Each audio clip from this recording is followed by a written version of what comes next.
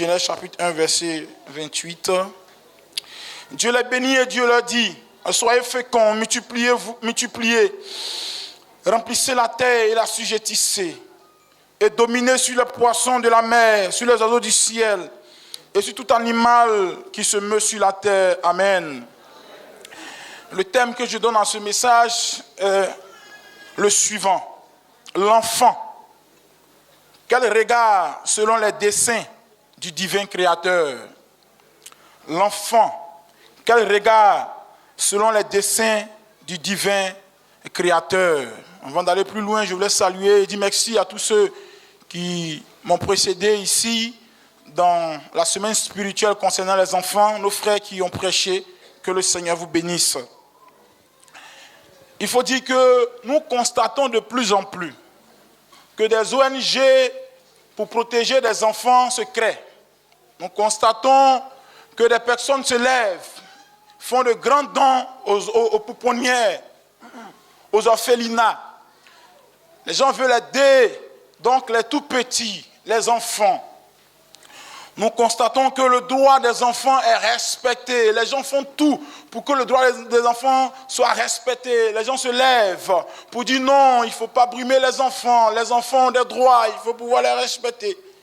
Nous constatons aussi que les enfants sont donc la cible de Satan pour pouvoir les détruire. Satan utilise beaucoup les enfants afin de pouvoir donc faire avancer son œuvre. L'enfant donc est quelque part au cœur de la société. Si donc l'enfant attire tellement d'attention, c'est que l'enfant est un élément important dans la société. C'est que l'enfant est une bénédiction. On verra cela. L'enfant est une grâce. L'enfant est un trésor dans la société. Oui, c'est pour cela que nous disons par ce thème-là, comment Dieu y voit l'enfant. Comment Dieu y voit l'enfant. Comparativement à nous. Amen. Donc je reprends le thème, l'enfant quel regard selon les desseins du divin Créateur. Et donc nous allons parler donc de l'enfant dans le plan de Dieu. Nous parlerons également très rapidement de l'enfant qui est un trésor à donc préserver. Alléluia. Nous allons donc lire notre passage de la parole de Dieu dans Psaume 139, le verset 13 à 16. Psaume 139, verset 13 à 16. Notre premier point, après le thème, c'est l'enfant dans le plan de Dieu. L'enfant dans le plan de Dieu. Dans le psaume 139, verset 13 à 16, il a dit ceci. C'est toi qui as formé mes reins, qui m'as tissé dans le sein de ma mère. Je te loue de ce que je suis une créature si merveilleuse. Tes œuvres sont admirables et mon âme le reconnaît bien. Mon corps n'était point caché devant toi lorsque j'ai été fait dans un lieu secret, tissé dans les profondeurs de la terre. Quand je n'étais qu'une masse informe, tes yeux me voyaient, et si ton livre était tout inscrit, les jours qui m'étaient destinés, avant qu'aucun d'eux n'existât. Alléluia. Dans donc les deux versets, les deux portions de la parole de Dieu que nous avons lues, nous pouvons dire que l'enfant, donc dans le plan de Dieu, est un thème important pour nous, bien-aimés. L'enfant dans le programme de Dieu. L'enfant est une grâce de Dieu, je voulais le dire. L'enfant est une grâce de Dieu. Si tu as un enfant, ce n'est pas parce que tu es fécond que tu as eu un enfant. C'est vrai que Exode chapitre 23, verset 6 nous dit qu'il n'y aura pas de femmes stériles ni de femmes qui avortent. Oui, mais si tu as un enfant, ce n'est pas parce que tu es fécond. Ce n'est pas parce que tu as des diplômes. Ce n'est pas parce que tu es grand. Ce n'est pas parce que tu es clair. Ce n'est pas parce que tu as l'argent. C'est une grâce de Dieu. Simplement une grâce de Dieu. Alléluia. Il faut que tu le saches, c'est une grâce de Dieu. Tu n'as pas mérité cela, c'est Dieu qui te l'a donné. Et donc, si tu n'as pas payé, et donc, si tu n'as pas mérité, et donc, si tu n'as rien fait pour l'avoir, c'est pour dire que ce n'est pas pour toi. Amen. C'est pour dire que l'enfant, là, ce n'est pas pour toi. Quelqu'un te l'a donné, quelqu'un te l'a prêté. Et c'est Dieu qui l'a fait. Amen. Voilà. Et le verset que nous venons de lire, les versets que nous venons de lire du psaume 139, nous voyons effectivement que vous voyez, bien aimé, l'enfant est conçu dans le sein de la mère. L'enfant est tissé dans le sein de la mère. Ce qui va devenir plus tard, même le même jour quand la fécondation a eu lieu et que l'enfant n'est que l'embryon, si je peux dire comme cela, n'est qu'une goutte de sang. Dans cette goutte de sang-là, bien-aimé, il y a tout ce que l'homme va devenir. Il y a tout ce que l'homme va devenir. Les gemmes des yeux, des oreilles, des pieds, tout est dans cette gemme de sang-là. C'est pour cela qu'il est dangereux. On dit, il ne faut pas faire avortement, il ne faut pas faire curettage. Tu dis, non, ce n'est qu'un amas, ce n'est que du sang. Mais ce sang-là, ce n'est pas du sang simple. C'est un enfant qui est encore petit, qui est en train de se développer. Mais tu as tué un homme. Tu as tué peut-être un géant. Tu as tué peut-être un prédicateur qui allait par donc son existence guérir les malades, faire des miracles par-ci, par-là. Tu l'as tué. Tu as commis une faute très grave. Très grave. On le dit avec les mots simples, mais c'est fort. Tu as tué l'homme. C'est pour cela que ce n'est pas bon. Si tu l'as fait, il faut te repentir sincèrement, demander pardon à Dieu afin que son sang puisse te laver. Tu as tué un géant. Tu as tué quelqu'un qui pourrait transformer la société. Oui, parce que pour toi, c'est du sang. Mais dans ce sang, il y a tout. En réalité, notre corps physique que nous voyons n'est qu'un carton. Alléluia. Ce n'est qu'un carton. Mais le plus important, tu l'as tué, tu l'as détruit totalement. Et ce n'est pas bon. Je veux dire par là que dans ce petit sang-là, il y a toutes les caractéristiques de l'enfant à naître. Et donc l'enfant, il a vécu avant de naître. Dans ce sang-là, l'enfant est en train de vivre, il est en train de vivre. C'est quand il est né, on dit, ah, voici un homme. Non, il a vécu avant de pouvoir naître. Étant donc dans le sein de la mère. Je voulais donc te dire que ce n'est pas par tes propres forces que tu arrives à mettre un enfant au monde, mais c'est par la grâce de Dieu. Alléluia. Notre autre point que nous voulons donc aborder est que l'enfant est une bénédiction de Dieu. Dans Genèse 1, verset 28, il est dit, Dieu les bénit. Dieu les bénit. Dieu les bénit. Multipliez-vous. Dieu les bénit. Donc l'enfant constitue en réalité une bénédiction de Dieu que Dieu accorde donc aux hommes. Pourquoi faire? Parce que Dieu a un plan. Parce que Dieu a un projet. Son projet, c'est que les hommes puissent se multiplier, remplir la terre. Il utilise donc un couple. Et au travers de ce couple, il fait sortir des enfants afin d'atteindre donc son projet. Regardez, Dieu utilise donc un couple. Et par ce couple-là, des enfants naissent pour atteindre son projet.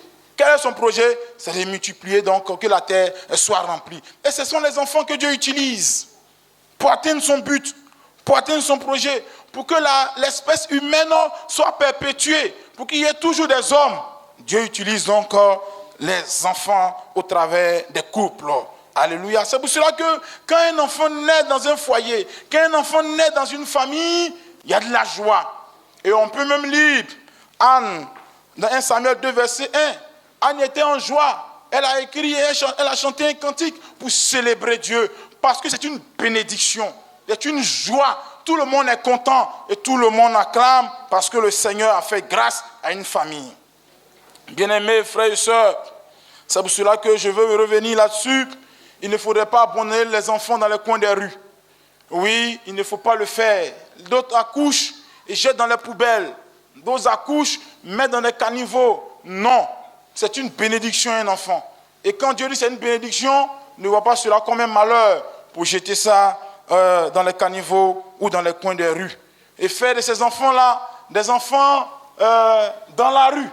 Des enfants dans la rue. Et ce sont les mêmes enfants-là qui se lèvent contre nous et qui nous agressent dans les coins de rue. Les mêmes enfants que vous avez eu le plaisir de pouvoir faire, vous les jetez dans les rues, vous ne vous en occupez pas. C'est l'enfant qui est une bénédiction, que vous ne savez même pas comment Dieu a fait pour que l'enfant puisse naître. Est-ce que vous savez comment ça se passe? Vous ne savez pas, c'est Dieu qui l'a fait. Il vous a donné cet enfant-là, mais vous l'avez mal éduqué. Cette bénédiction est devenue une malédiction. Et les gens sont obligés de construire leur maison avec des clôtures barbelées et électrifiées, parce que ces enfants-là viendront les tuer ou les voler.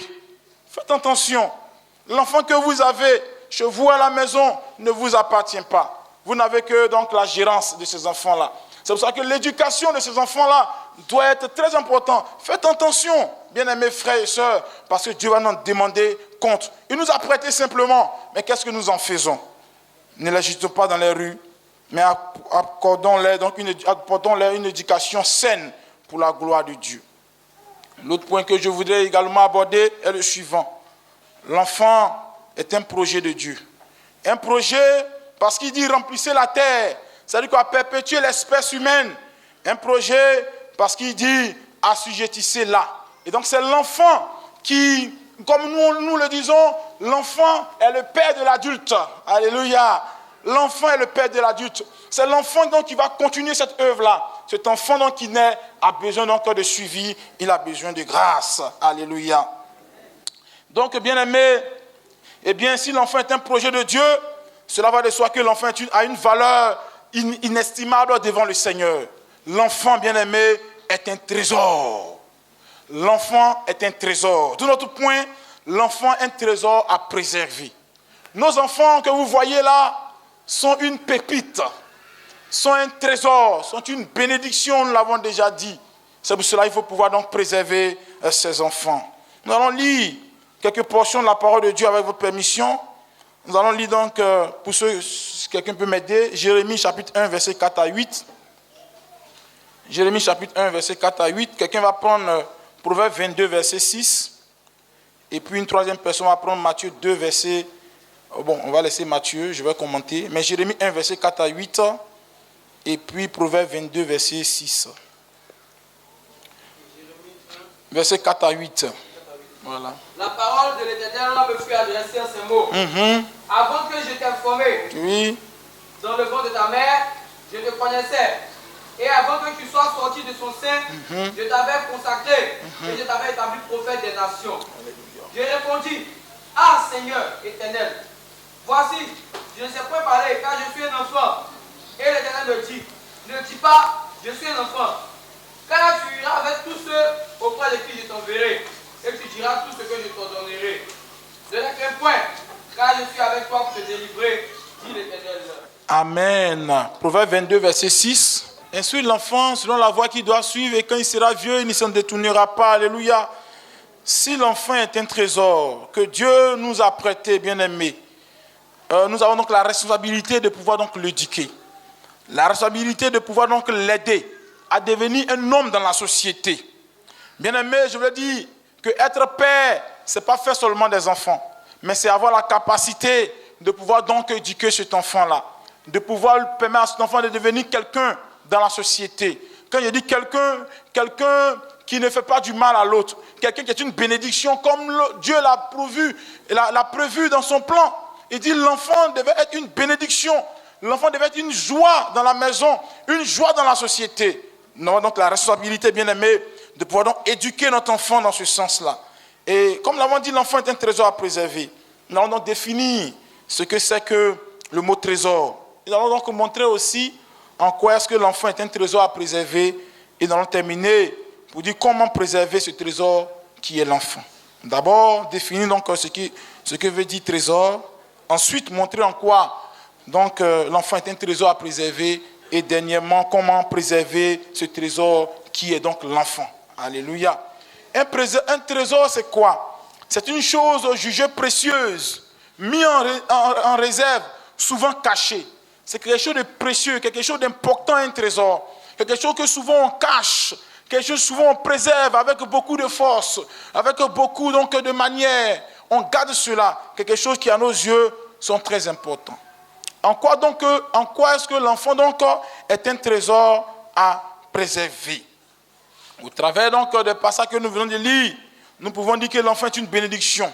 Oui, parce que c'est une bénédiction de Dieu, c'est un trésor à préserver. Parce que c'est une bénédiction qui vient de Dieu, c'est un trésor à préserver. Nous l'avons vu dans Genèse chapitre 1, verset 28. L'enfant a une destinée de mission, selon Jérémie, comme notre frère l'a lu. C'est Dieu lui-même qui dit que l'enfant là, il a déjà trouvé sa destinée. L'enfant qui est dans le sein de la mère là, il a trouvé sa destinée. C'est pour cela que l'enfant ne doit pas être notre café cacao. J'ai mis mon enfant au monde pour qu'il puisse grandir, il va acheter une voiture pour moi. Non, ce n'est pas pour ton enfant. Quelqu'un t'a prêté et tu comptes dessus. C'est pour cela que quand ces enfants-là grandissent et qu'ils ont le doctorat et que Dieu les appelle au service, il dit, ah, papa, Dieu m'a appelé à le servir. Les parents disent, merde, pourquoi? Mais je comptais sur toi pour me nourrir et tout ça. Mais c'est dangereux. Cet enfant-là n'est pas pour toi. Dieu te l'a donné. Si tu n'avais pas donné cet enfant, tu allais grincer les dents. Mais tu as donné cet enfant, ce n'est pas pour toi. C'est pour que tu puisses... Tu n'es qu'un gérant, un simple gérant de cet enfant. Je ne dis pas que l'enfant ne doit pas s'occuper de ses parents, la Bible me l'interdit. Mais je veux dire que l'enfant n'est pas notre café cacao. L'enfant est le projet de Dieu. C'est Dieu qui trace la destinée de l'enfant. Jean-Baptiste, vous connaissez l'histoire de Zacharie. Zacharie n'avait pas d'enfant. Dieu lui a donné un enfant qui était donc Jean-Baptiste. Mais Jean-Baptiste a vécu où ça? Dans le désert. Zacharie pouvait dire, mais moi j'ai longtemps, il n'y a pas eu d'enfant. Cet enfant-là a fait ma joie. Mais Jean-Baptiste a vécu où? Dans le désert, selon donc le projet et le plan que Dieu voulait donc établir dans ce monde. Je veux dire que tous les enfants que nous avons, même dans le sein de leur mère, Dieu a déjà tracé donc leur plan, leur destinée, ce qu'ils vont devenir, ce qu'ils vont faire. À nous de pouvoir nous les encadrer pour qu'ils puissent atteindre cette destinée prévue par le Seigneur. Sinon, ce n'est pas notre café cacao. C'est le café cacao de Dieu. C'est, je ne sais pas, l'anacade de Dieu. C'est l'ananas de Dieu. Je ne sais pas quoi, c'est le fonctionnaire de Dieu. Ce n'est pas ton fonctionnaire. Mais comme il est auprès de toi, tu vas en bénéficier de ses grâces. Sinon, ce n'est pas pour toi. C'est pour cela qu'il faut en prendre soin. Il faut en prendre soin. Car ce n'est pas pour toi, tu n'es qu'un gérant de Dieu. Il faut donc préserver l'enfant. Pourquoi? Parce que regardez l'histoire de Matthieu. Matthieu chapitre 2, verset 1 à 16. Le roi Hérode, il apprend par les mages d'Orient qu'un enfant, un roi, est né quelque part ici. Ils sont venus l'adorer. Et le roi dit, ah, vous êtes venus adorer qui? Non, on est venu adorer le roi. Il y a un roi qui, on a vu son étoile depuis l'Orient, on a suivi son étoile pour l'adorer. Il dit, ah, si vous allez là-bas, si vous le trouvez, vraiment venez me dire où il est, moi aussi j'allais l'adorer. Le roi, il a peur. Il se dit, ah, il y a un roi. D'accord. Comme eux aussi connaissent les Écritures, ils savent qu'effectivement, ça a été promis, que Christ viendra. Il est le roi des rois. Il a peur. Donc, il veut savoir là où il est pour donc mettre en place son plan de destruction. Ainsi, donc, les mages, ayant trouvé le Seigneur, donc dans ce berceau-là, l'ayant adoré, ayant fait des dons, l'ange va leur dire, ne revenez plus là-bas. Le Seigneur va leur parler pour dire, ne retournez plus vers le roi pour leur dire ça, prenez votre chemin, partez.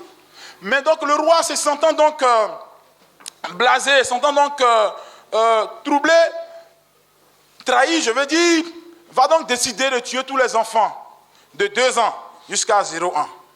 Vous voyez donc le plan de Satan. Le plan de Satan, c'est de détruire les enfants. C'est pour cela qu'il faut préserver les enfants. Le plan de Satan, c'est d'injecter la sémence négative parmi les enfants. C'est pour ça que dans les écoles primaires, il y a donc des enfants que l'ennemi possède, des petits de rien du tout. Mais dans le monde des ténèbres, quand on fait la délivrance, ils sont des rois. Des petites filles de rien du tout, elles sont des reines.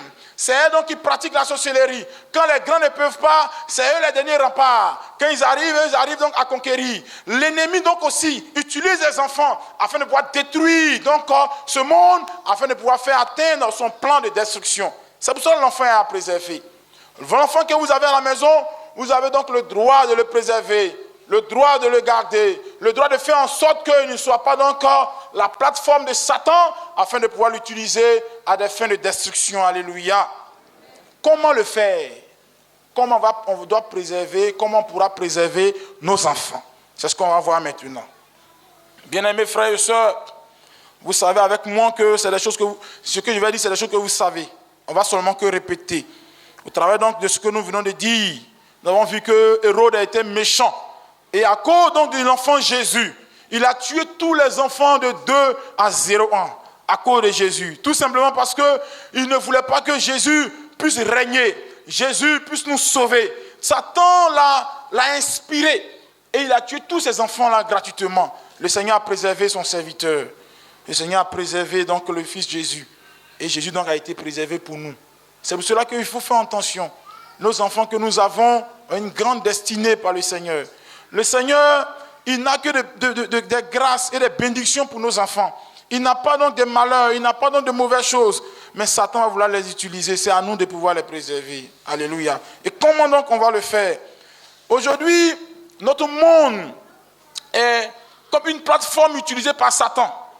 La télévision était devenue un élément que Satan aussi utilise. Les enfants qui passent tout le temps à la télévision. Et avec les parents, ça ne dit rien aux parents. L'enfant passe tout son temps à regarder la télévision. Vous savez aujourd'hui que l'ennemi veut injecter sa sémence. Quelle est cette sémence-là? La sémence de l'homosexualité. Même l'école des petits présente cela. On veut faire déjà l'enfant à bas âge. Lui dit non, qu'on peut être homosexuel, ce n'est pas un problème. Donc déjà, on montre ça dans les films d'école des petits. Vous ne regardez pas les films que vos enfants regardent. C'est dangereux. Si l'enfant est un trésor pour toi, ce que tu vas lui donner, la nourriture que tu dois lui donner, tu dois goûter d'abord. Est-ce que cette nourriture n'est pas empoisonnée? Est-ce qu'elle est bonne pour son âge? C'est ça aussi, la télévision, les films que l'enfant regarde. Toi-même, tu dois pouvoir connaître ce film-là, son tenant, son aboutissant. Tu dois savoir, est-ce que le résumé de ce film-là, tu dois connaître, avant que l'enfant ne regarde. Mais les enfants ont été envoûtés au travers de la télévision. Ils sont nombreux, qui ont donc été l'objet de Satan dans ce sens-là. La télévision qui montre donc l'homosexualité, le lesbianisme. Et les enfants regardent. On met moins de 10 ans, mais l'enfant à 8 ans, il est là, il regarde. Je veux te rappeler que tu n'es qu'un gérant. L'enfant là, ce n'est pas pour toi. Tu n'es qu'un gérant. Si tu l'as géré mal, tu vas rendre compte à Dieu demain. La télévision, tu dois faire attention. On permet à nos enfants de porter les habits comme ça, décollectés, comme disait la dirigeante. Les habits qui laissent entrevoir les fesses des enfants. Non, c'est un enfant. Non, c'est un enfant. Ah, pour votre affaire est trop. Ça là, c'est un enfant. Mais tu es en train d'habituer. C'est un message que tu communiques à l'enfant. Quand dans un foyer, papa et maman ne font que discuter, ne font que faire palabre, quel message vous communiquez aux enfants? C'est le message de la violence? Ça veut dire que l'enfant, s'il grandit aussi, lui aussi, il peut faire pareil. L'enfant n'est qu'une page blanche. Tout ce qu'on écrit dessus reste. L'enfant est une page blanche. Tout ce qu'on écrit dessus reste. L'enfant a besoin, l'enfant il copie. C'est un stagiaire chez vous à la maison. C'est un stagiaire. Il veut copier ce que papa et maman font. C'est pour cela qu'il dit que son papa est le plus fort. Même si c'est le plus flinguin de la terre. Si c'est le plus mince de la terre, son papa est le plus fort. Je vais appeler mon papa. Ce que tu as fait, il a appelé mon papa. Même si son papa, même, il ne peut rien faire. Mais l'enfant, pour lui, son père est un modèle, n'est-ce pas? Sa mère est une modèle, n'est-ce pas? C'est pour ça qu'il faut faire attention à ce que nous donnons aux enfants pour porter les habits. Il y a des habits, j'ai vu des enfants à tout maudit. J'ai interpellé leurs parents. Ils ont porté des habits et c'est comme une tête de démon sur l'habit et c'est en vogue. Et c'est en vogue et ça coûte cher comme ça. Et l'enfant il dit non, maman c'est ça il faut acheter pour moi. Maman c'est ça il faut acheter pour moi. Et les gens achètent ça pour donner à leurs enfants. Mais attention, de la même manière tu fais en sorte que ton entreprise ne tombe pas. Pourquoi tu veux que ton enfant tombe? Oui, tu fais tout pour que ton entreprise ne tombe pas. Même quand il pleut, tu vas au travail. Ah oui, quand il pleut, on voit les voitures, l'eau pousse les voitures pour y acheter. Où il partait au travail. Ah bon, il prend assez de risques. Mais pour les enfants, il ne prend pas de risques. Il ne veut pas faire des efforts. Alors que l'enfant est une bénédiction. Et l'enfant n'est que le Seigneur ne t'a prêté. Ce n'est pas pour toi. Il te l'a prêté. Juste pour que tu sois le gérant. Mais qu'est-ce que tu fais de cela? Les mauvaises habitudes vestimentaires, bien aimés. Arrêtons cela. Les enfants sont contents avec d'autres enfants. Et on ne sait même pas quels sont ces enfants. On doit connaître. Il faut s'ingérer. Quand l'enfant est à l'école, il faut connaître son professeur. Il faut connaître son instituteur. Il faut connaître son maître. Je veux dire que l'enfant là, tu es le gérant, il faut bien gérer. Il ne faut pas t'amuser avec ça. Si tu t'amuses avec ça, toi-même tu vas regretter demain. Avant que le Seigneur te demande un compte, tu vas regretter demain. L'enfant a besoin donc que nous puissions donc l'aider. Afin que le dépôt qui est en lui, la destinée qui est en lui, le Seigneur donc pourra donc le faire manifester ce dépôt-là, afin que cet enfant soit une bénédiction pour nous, mais également pour la société. Alléluia. Bien aimé, donc, évitons d'exposer l'enfant à n'importe quel programme de télévision, car nous savons que de nos jours, l'ennemi utilise donc ces médias-là pour détruire ces enfants-là. Il faut instruire donc l'enfant selon la voie qu'il doit suivre, comme l'a lu donc notre maman. La parole de Dieu, elle instruit, elle guide, elle dirige. À la lumière de la parole de Dieu, il faut pouvoir donc instruire l'enfant. Le faire asseoir. La conversion ne dépend pas de toi. Parce que tu ne peux pas obliger un enfant à se convertir. Mais tu peux éduquer l'enfant selon la parole de Dieu. Tu dois avoir une réunion de prière à la maison en tant que chrétien. Combien de couples chrétiens prient avec leurs enfants malheureusement? Combien de couples chrétiens partagent la parole de Dieu avec leurs enfants? Combien de couples chrétiens donnent l'exercice biblique à leurs enfants? Combien le font? Nous sommes en vacances. On peut réunir les enfants. Parce qu'on dit que le Saint-Esprit va les utiliser pour aller où ça en mission. Mais si les enfants même ont un problème, si les enfants ont des dépôts, des puissants, des ténèbres en eux, comment les Saint-Esprit va les utiliser? Si nous les gérants, on ne joue pas notre rôle, comment les utiliser? Papoutou, mamitou, on caresse les enfants dans le sens contraire des poils. On joue avec ça, on pense que c'est un amusement. Mais on est en train de fabriquer des démons, on fabrique des brigands, on fabrique des sorciers. Et c'est nous-mêmes encore dans notre télévision, on dit, ah, enfants dans la rue, ou bien microbes. S'ils sont mauvais les microbes, mais toi-même tu es un fabricant de microbes. Toi-même tu es un fabricant de microbes. Tu es un fabricant d'assassins. Et c'est dangereux. Si l'enfant est effectivement une bénédiction de Dieu, et Dieu te l'a donné pas parce que tu le mérites, pas parce que tu as de l'argent ou que tu es trop fécond, mais parce que Dieu te l'a donné de façon gratuite et par grâce, il faut que tu saches que tu dois en prendre soin. Fais attention à ce que tu achètes pour les enfants. Les jeux pour les enfants, les jeunes filles, faites attention. Regardez bien ce que vous achetez pour donner à vos enfants. Parce que ça peut les détruire. À la lumière de la parole de Dieu, il faut instruire l'enfant. Avoir des programmes à la maison avec les enfants. Poser des questions aux enfants. Faire des études bibliques avec les enfants pour pouvoir les encadrer.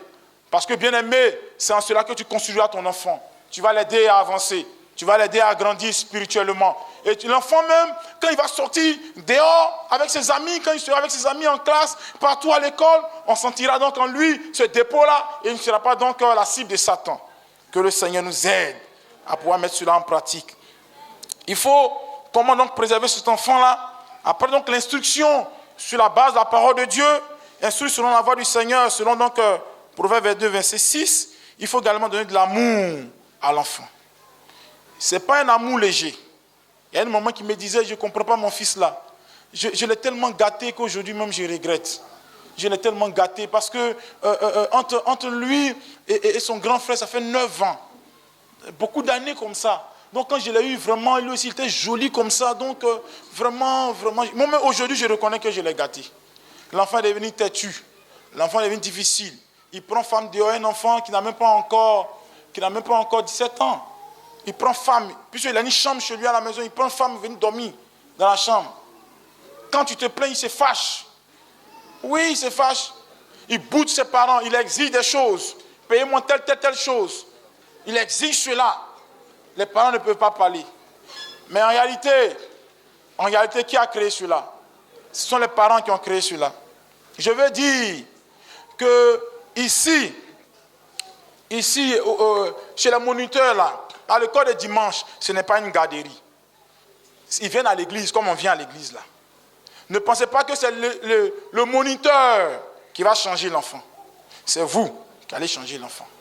C'est comme le pasteur vient prêcher ici. Et puis, vous partez à la maison. Mais c'est vous qui mettez en pratique. N'est-ce pas? C'est pareil pour les enfants. Les gens pensent que les moniteurs sont des gens qui doivent... Non, mais ils ne font pas bien à l'école de dimanche là-bas. Ils ne font pas bien à l'école de dimanche là-bas. Mais toi-même, il faut aller là-bas. Tu sais ce qui se passe là-bas, ce n'est pas facile. Tu as un rôle à jouer à la maison. Le rôle, tu dois continuer à la maison. Lui, eux, ils font ce qu'ils peuvent faire. Et toi, tu continues à la maison. Il y a un moniteur que j'aime bien. Que j'ai même demandé des conseils avant de venir ici, quand on m'a dit que je devais prêcher les enfants. Et il m'a dit que lui, il est c'est un collègue pasteur. Il est moniteur, ça fait plus de 10 ans. Il aime les enfants. Et ça, je voulais dire aussi ce conseil-là au moniteur. Il dit après donc les cours, il reste avec les enfants pour échanger avec les enfants. À telle enseigne que il y a une petite fille qui arrivait à la maison, se lavait. Et sa maman voulait rentrer dans la douche. Elle dit non maman, tu ne peux pas rentrer. Il dit pourquoi? Parce que maman, je suis nu. Il dit mais qui t'a dit que, mais quel est le problème? Moi je suis ta mère. Oui maman, tu es ma mère, mais tu ne peux pas rentrer, je suis nu. Sa maman est venue se plaindre chez le pasteur. Ils ont convoqué donc le moniteur. Mais attends, ma pauvre fille, elle ne veut pas que je la voie nue. Et qu'est-ce qu'il m'a dit? Il m'a dit que, Yao Mac, je préfère mettre la barre à cette hauteur-là. Si l'enfant même ne veut pas monter sa dignité à sa maman, ce n'est pas un garçon qui va montrer. Je préfère monter cette base, à cette hauteur-là, pour que ces enfants-là soient effectivement des missionnaires des mains. Que le Saint-Esprit ait la capacité de les remplir, de les inonder, de les utiliser pour glorifier son nom. Parce qu'au jour de la Pentecôte, souvenez-vous, les gens sont venus là. Pourquoi le Saint-Esprit choisit ce jour-là? Pour remplir les disciples. qui est dans la chambre haute. Il sait que 120 dans la chambre haute. Pourquoi c'est le jour de la Pentecôte? Parce que c'est une fête qui rassemblait donc tous les juifs, les judaïsants. Et donc à ce lieu-là, il y aura beaucoup de nations qui vont venir. Le Seigneur est un stratège. Dans la stratégie missionnaire de Dieu, il utilise donc ces personnes qui viennent de partout, qui viennent dans ce lieu bien précis. Le Saint-Esprit descend.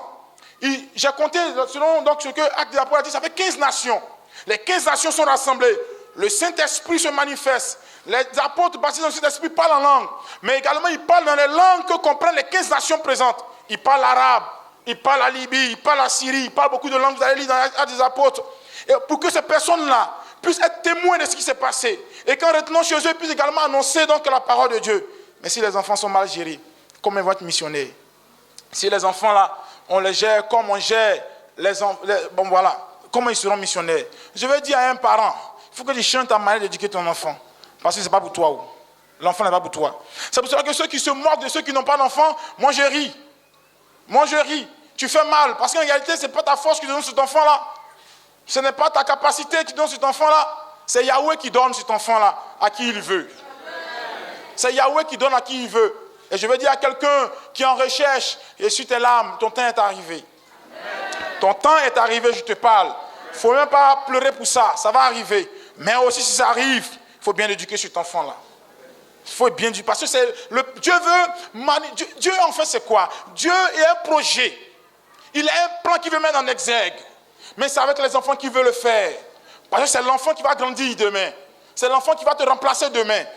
Mais si cet enfant-là est mal géré par toi, c'est dangereux. Il faut donc donner assez de temps aux enfants.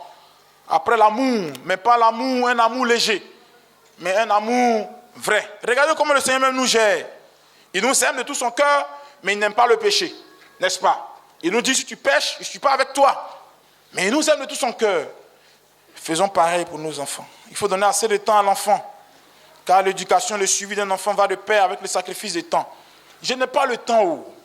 Je n'ai pas le temps. Il faut avoir du temps. Pardon maman, pardon papa, il faut trouver du temps pour l'enfant, pour échanger avec l'enfant. L'enfant va se confier à toi. Il y a des choses qui se passent à l'école, il ne sait pas à qui il va dire. Je me souviens très bien, on était au lycée, j'étais le président du club santé. Le club santé était le club qui jubilait, le club AIBF et puis le club SIDA. Et il y a une élève, une petite fille, qui avait le SIDA. Et elle a écrit sur un bout de papier. Et après un devoir, pendant qu'on déposait les feuilles, elle a fait glisser ce papier-là. Et le professeur, c'était une métisse. Elle a pris, elle a lu. L'enfant a écrit, j'ai le sida, mais je ne sais pas à qui en parler. L'enfant ne sait pas à qui en parler parce que l'enfant n'a pas d'intimité avec ses parents. L'enfant ne sait à qui en parler parce que l'enfant n'a pas de suivi. L'enfant ne sait pas à qui en parler parce que l'enfant est désemparé. Il faut avoir du temps pour causer avec vos enfants. Vous allez éviter beaucoup de dangers. Vous allez les amorcer avant que le danger n'arrive. Donc, passez du temps avec vos enfants, causez avec vos enfants. C'est quand l'enfant est petit qu'on commence. Ce n'est pas quand l'arbre a pris une certaine forme, une certaine dureté qu'on le fait. Mais c'est quand l'enfant est encore petit qu'il faut commencer à le faire sur la base de la parole de Dieu. Il faut établir la communication et actualiser la communion fréquente et constante avec les enfants, comme Dieu lui-même l'a fait dans la première cellule familiale dans le jardin d'Éden. La Bible dit que le Seigneur venait saluer donc ceux qu'il a créés. Regardez ce que le Seigneur fait. Le Seigneur crée deux hommes lui-même. Ils sont déjà grands, Adam et Ève. Et le reste du monde entier, il dit, Adam et Ève, je vous confie ça. Vous-même multipliez-vous, vous-même remplissez la terre. C'est une bénédiction. Le Seigneur pourrait créer tout le monde comme il l'a fait. Il pourrait créer tous les hommes et puis remplir la terre. Il dit, moi je vous confie ça. C'est une grâce, c'est une bénédiction. C'est à vous maintenant de remplir la terre. Alléluia. Il faut habituer l'enfant à l'exercice de la piété comme on l'a dit. C'est-à-dire à pouvoir donc apprendre la parole de Dieu, la prière, la méditation. À la maison, confiez cela aux enfants. Aujourd'hui, c'est toi qui diriges. Toi, tu diriges aujourd'hui. Demain, toi, tu prêches. Et puis, écoutez-les. Oui, écoutez-les parce que les mots qu'ils vont utiliser ne sont pas vos mots. Mais c'est plein d'essence. Je me souviens d'un enfant qui disait, je veux que le président clôture la Côte d'Ivoire il y a longtemps. Je ne sais pas si vous vous souvenez de ça. Mais les gens peuvent rire. Mais si c'est une grande personne, il va dire que j'aurais voulu que le président puisse sécuriser les frontières. Mais comme l'enfant n'a pas encore ce vocabulaire, il est encore petit, et son vocabulaire qu'il utilise. Donc ne pensez pas que ce qu'il va prêcher là, ce n'est pas bonne chose. C'est bonne chose qu'il va prêcher, mais son vocabulaire est petit. C'est tout. C'est la même chose. Le Saint-Esprit se manifestera dans ça. Dieu, lui, il n'a pas ça. On peut prêcher en baoulé, Seigneur se manifeste. On peut prêcher en moré, Seigneur se manifeste. Donc l'enfant là, il peut prêcher, Seigneur va se manifester. C'est pas gros français. Donc alléluia, que le Seigneur nous aide. Il faut donc éduquer l'enfant aux valeurs sociales, telles que le respect du prochain et des aînés. Il faut éduquer l'enfant dans ce sens-là. La tolérance, l'honnêteté. Éduquer l'enfant à être loyal. L'amour du travail bien fait. Apprenez l'enfant à la maison, même si vous avez une servante. L'enfant n'a qu'à laver l'assiette aussi. Je connais une maman, mais elle a des servantes. Mais son enfant ne travaille pas. Elle a une fille. Elle a une seule fille et elle a 2 garçons. Mais sa fille ne travaille pas. Elle ne lave pas l'assiette, elle ne fait rien. Bon, l'enfant va grandir demain. Comment elle va devenir? Quelle mère sera? Elle fera toujours recours à qui? Aux servantes. N'est-ce pas? Et c'est eux qui vont parler gros français sur les servantes. Français, le dictionnaire qui n'est pas encore créé. Je vais dire que quoi? Ça va aider même la personne. Quand le travail que tu donnes à quelqu'un, quand le travail là est mal fait, tu peux savoir par exemple tu as déjà fait. Quand c'est bien fait, tu peux reconnaître le travail bien fait par exemple tu as déjà fait. On devait partir en mission et puis avec des Françaises en brousse. Et puis on partait à une nouvelle qui est venue, elle s'appelle Marie. Et puis on partait, et vous savez, la brousse c'est la brousse, il y a des flaques d'eau, il y a les herbes, il y a les piquants, il y a tout. Donc nous on partait. Et puis il y a un ami, il dit à la nouvelle, à la blanche là, non, ne marche pas ici, il y a la boue. Non, ne viens pas ici, il y a la boue. Il a dit, mon ami, il faut laisser blanc là, nous allons. On s'entre, vous laissez la blanche là. Il dit, non, c'est une blanche, comme la voix elle est toute blanche là. Non. La blanche lui a dit, ah, je suis pas une gamine moi. Il a dit, il était parlé où? Ah, tu connais pas les blancs là. Il faut laisser, elle va marcher dans la boue. On a fini, on est rentré à l'hôtel. Et puis le lendemain, sa patronne est venue. Elle dit, bon, Wilson, on va partir.